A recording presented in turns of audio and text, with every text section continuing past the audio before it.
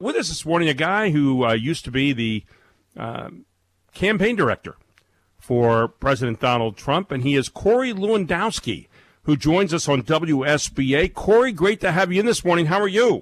Hey, good morning, and thank you for making the time for me. I appreciate it. Well, thank you for taking the time for us. We appreciate it this morning as well, and wanted to talk a little bit about, I guess, we do have an election coming up at some point in time here, and with the COVID-19, we've forgotten about politics to some degree. Oh, that's rearing its ugly head again and getting back onto the table.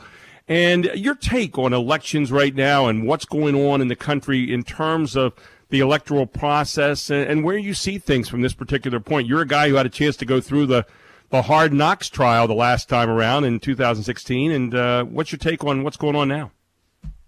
Well, I appreciate that. Look, as I continue to serve as a senior advisor to the Trump-Pence campaign, what we've been able to see is historic changes coming to the election cycle. Just this week, a Republican won a congressional district in California that Hillary Clinton carried by 7 points.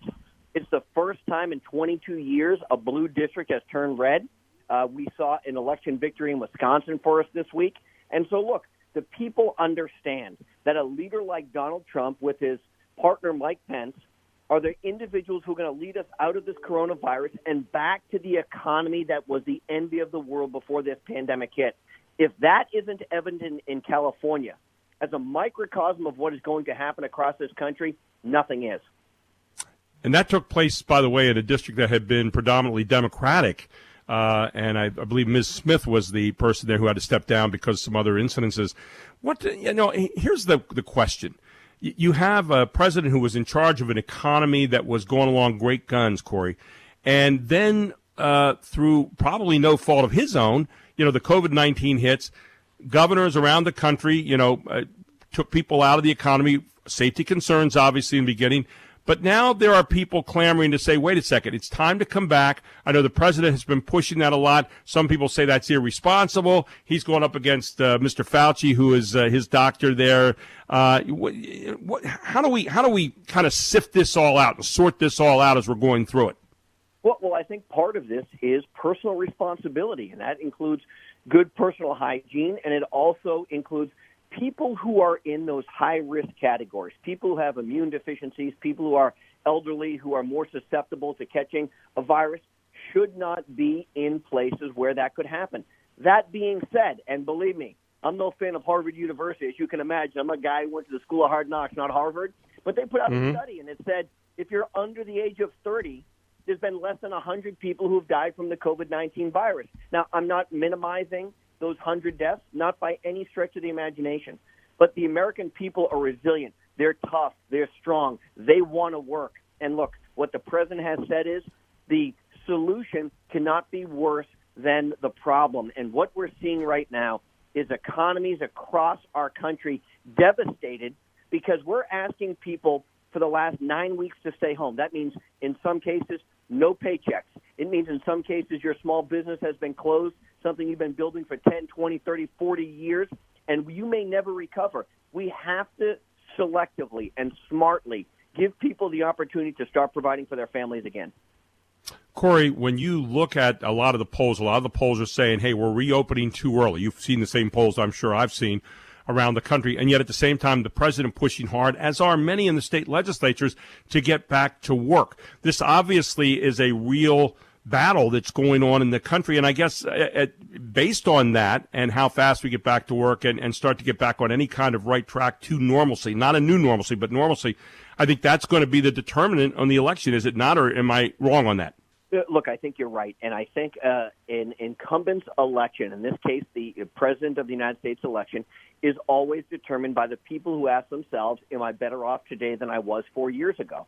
And when you look across this country prior to this pandemic, you look at the unemployment rate amongst African Americans, Hispanic Americans, Asian Americans, women. We had more people in the workforce than ever. The stock market was higher than it's ever been, people's 401ks.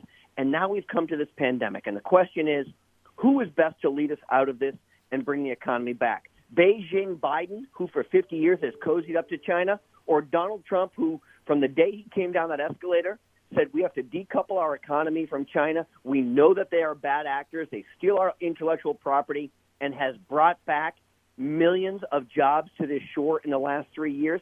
And look, nobody is happy with the unemployment rate and 30 million Americans out of work. That's the reality we're in. But we want a leader who's a job creator. And when people go to the ballot in November, they have to ask themselves that question. Who is better to bring this economy back to the way it was?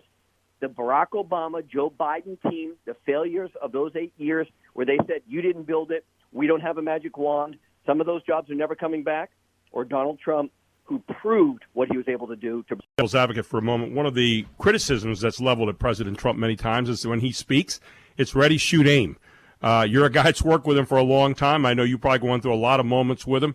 On the other side, you've got Joe Biden, who came out and told a North Carolina news station yesterday that among the primary victims of the coronavirus pandemic are Democrats who are carrying the country during this difficult time. So we look at what these people are saying. The president, is the president thoughtful when he talks, or does he just kind of shoot off the cuff sometimes? What's the process there? Well, look, I have been around the president for hundreds, if not thousands of hours over the course of the last 6 years that I've had the privilege of being part of his team.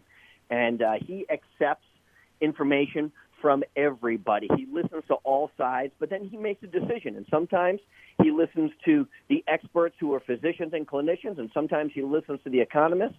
But he's willing to make those tough decisions and say things that others aren't willing to say. And let me just remind you, because it's really important right now as we're talking about the unmasking of Mike Flynn.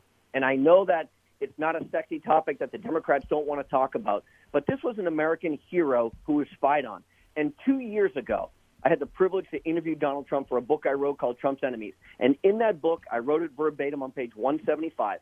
I asked him if he thought Barack Obama knew about the spying that Clapper and Comey and Brennan were doing. And 2 years ago, Donald Trump said he did think Barack Obama knew. And now we're seeing from Sally Yates, the former acting attorney general, she said Barack Obama knew about this whole thing. That should be the biggest thing in American history, that a presidential administration was spying on their opponents during the transition, and people don't want to talk about it. And by the way, the reason I bring it up is because Joe Biden was in that meeting, and you saw his interview probably on George Stephanopoulos, where within a 64-second clip, he changed his position.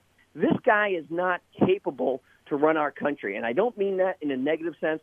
I truly believe he has a mental faculty issue that is continuing to be exposed, and we cannot have that type of person potentially running. Look, Democrats aren't hit any harder than Republicans have been hit in the coronavirus, and to say such a thing is actually disgusting. I don't think we're tracking how many lives have been killed if you're a Democrat or a Republican. Corey, I know you're a busy guy this morning. I appreciate you joining us here on WSBA. Thank you for taking the time, and good luck. Thank you. Thank you. Corey Lewandowski with us here on WSBA Morning News. He's a senior advisor to the Trump-Pence campaign, and he is with us here today.